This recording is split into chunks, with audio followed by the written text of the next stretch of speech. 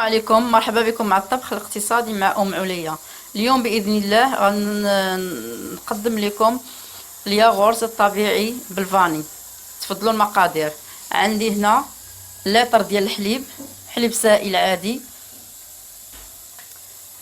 جوج معالق كبار ديال نيدو غبره، حليب غبره، واحد كاس ياغورت فاني، 4 المعالق سنيده، وسنيده هنا غتبقى على حسب الذوق، واحد معلقه صغيره ديال فاني غبره. غنبداو على بركه الله. غنخلطوا العناصر كامله.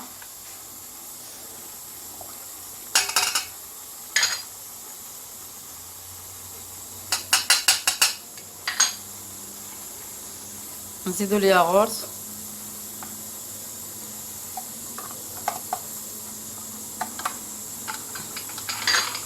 ونحركو. انا غنحرك هاد العناصر مزيان ونرجع معكم ان شاء الله. ديال الحليب والمقادير اللي قلت لكم ديال الياغورت الطبيعي بالفاني، ها هو خلطته وصفيته بهاد الصفايه، غير الحصيات وصافي، باش الا كان شي كويرات ديال الحليب غبره ولا.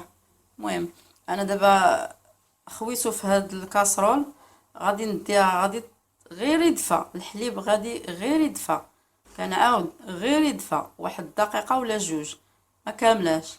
المهم غير يدفى، ماشي غادي يسخن ماشي غادي يغلي، غير يدفى ونتلاقى معكم.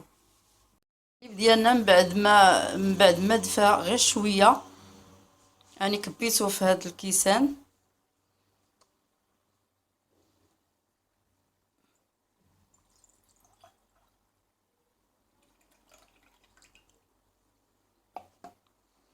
دابا انا غادي نحطو في الطنجره ونرجع معكم.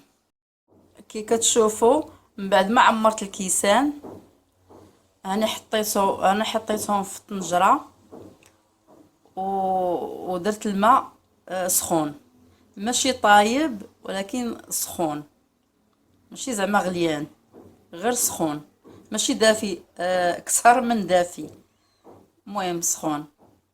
هانتوما كي كتشوفوا يتناصوا الكيسان بالماء. دابا انا غادي نغطي الطنجره ديالي بالفيلم اليمونتير صافي، وندير لها الغطا ديالها ونخليها.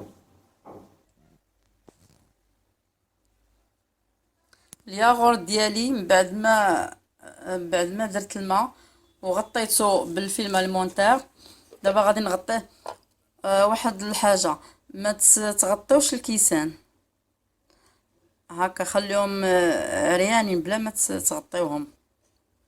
دابا غادي ندير الغطا وغادي نحاول نفرش شي فوطه تحت الطنجره ديالي، حيت واخا هكاك راه باقي الحال بارد.